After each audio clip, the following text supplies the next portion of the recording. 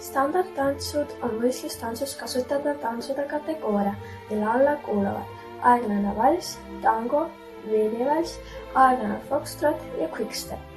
Standardtantsud on kõik omamoodi erinevad.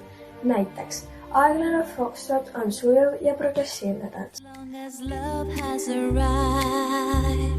And I think good I'm alive.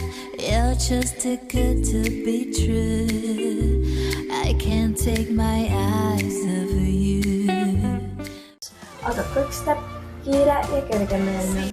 Sabes que ya yo un rato mirándote. Tengo que bailar contigo hoy. Aga on ka sarnasusi. Valss ja tango on mõlemad romantilised tantsud. Valss on rahva, seltskonna ja võistlustants, mis sai alguse 18. sajandi teisel poolel Austrias ja Saksamaal, niinimetatud saksatantsust ja ländlerist. Valssi tantsitakse 3/4 taktimõõdus. Tantsu nimi pärineb saksa keelest ja see tähendab eesti keeles ketramist.